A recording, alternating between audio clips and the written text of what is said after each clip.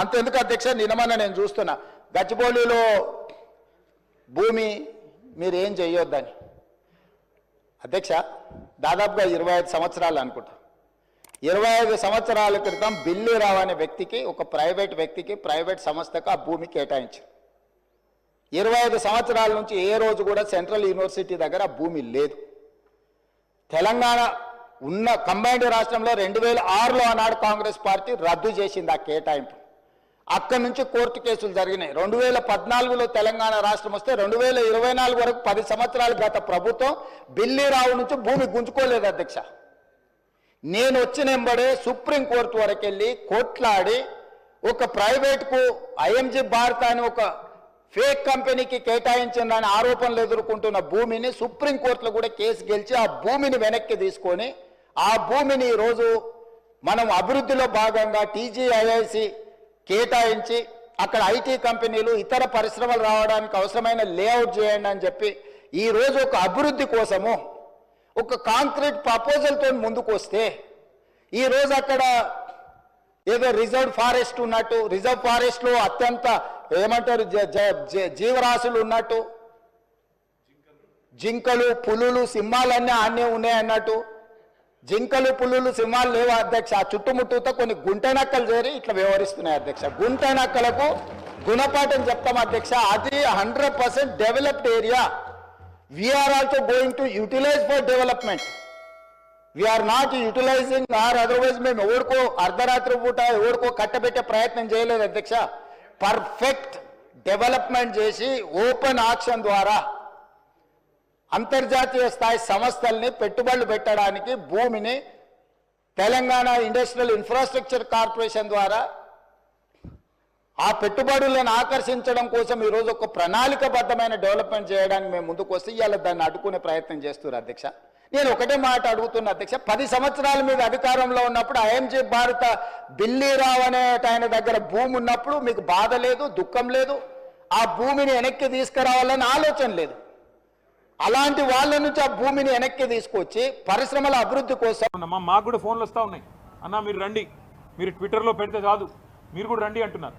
కానీ మేము అక్కడ పోగానే ముఖ్యమంత్రి ఏమంటాడు, ఇగో ఇది బీఆర్ఎస్ వాళ్ళు చేయిస్తున్నారు, ఇదంతా మాకు తెలుసు ముదే, ఇదంతా వీళ్ళే అని ఇష్టం వచ్చినట్టు పిచ్చివాగుడంతా వాగుతాడు. అందుకే మేము సరైన వేదికల్లో ఈ అంశాన్ని ఎత్తుతాం. అటు పార్లమెంట్లో లేవనెత్తుతాం, అవసరమైతే ఇటు కోర్టులో కూడా మేము కూడా పోతాం, కోర్టుకి కూడా. ఏ రకంగా ప్రభుత్వం ఇష్టం వచ్చినట్టు పోతుంది, ఎన్వైరన్మెంటల్ ఇంపాక్ట్ అసెస్మెంట్ లేకుండా ఎందుకు చేస్తున్నది ఈ కార్యక్రమాలు అని అడుగుతాం. ప్రజాక్షేత్రంలో నిలదీస్తాం. ముఖ్యమంత్రి గారు చెప్పిన మాటలు గుర్తు చేస్తాం. ఇదే ముఖ్యమంత్రి కదా ఎన్నికలకు ముందు పిసిసి అధ్యక్షుడిగా ఏం చెప్పాడు, ప్రభుత్వ ఆస్తులు అమ్ముకుంటే భవిష్యత్ తరాలకు ఎట్లా శ్మశానాలకు కూడా జాగాలు ఉండవని చెప్పి ప్రవచనాలు చెప్పింది రేవంత్ రెడ్డి కాదా? మరి మర్చిపోయినావా? ఇవాళ ఇష్టం వచ్చినట్టు ఇవాళ భూములు అమ్ముతూ కాంక్రీట్ జంగల్గా మారిపోయిన పశ్చిమ హైదరాబాద్కున్న లంగ్ స్పేసెస్ని నాశనం చేయడం ఎజెండాగా పెట్టుకున్నావా? అందుకే మేము పూర్తి స్థాయిలో ఈ పిల్లలకు సంఘీభావంగా నిలబడతాము. వారికి అవసరమైతే అన్ని రకాల సహాయ సహకారాలు అందిస్తాం. 2 పిల్లలు అరెస్ట్ చేసినారని వారిని మరి కేసులు కూడా పెట్టినారని కూడా చెప్తున్నారు. వాటిని కూడా ధృవీకరించుకుంటాం, వాటిని కూడా విషయాన్ని కూడా తెలుసుకుంటాం. 2 పిల్లల్ని జైలుకు పంపించారని కూడా చెప్తా ఉన్నారు. చూద్దాం, అది కూడా విషయం తెలుసుకున్న తర్వాత దాని మీద కూడా ఏ రకంగా పిల్లలకు అండగా నిలబడాలో మేము చూస్తాము.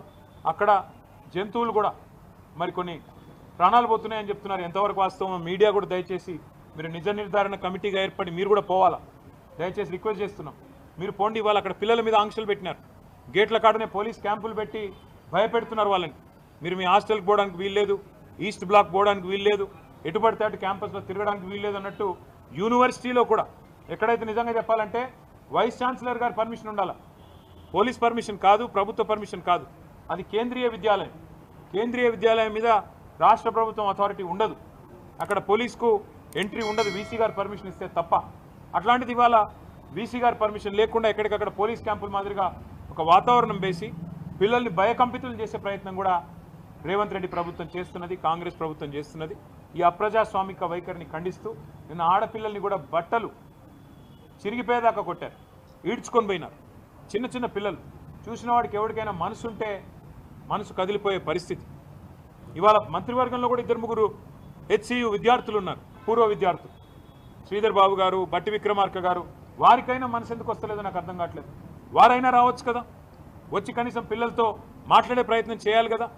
ఏమీ చేయకుండా ఏకపక్షంగా ఈ రకంగా నియంత్రిత పోకడలు మంచిది కాదు అని చెప్పి నేను వారికి కూడా చెబుతూ, మరి పిల్లలిద్దరూ రోహిత్ అదేవిధంగా ఎర్రం నవీన్ కుమార్ వీరిద్దరి వేర్ అబౌట్స్ ప్రభుత్వం వెంటనే చెప్పాలి.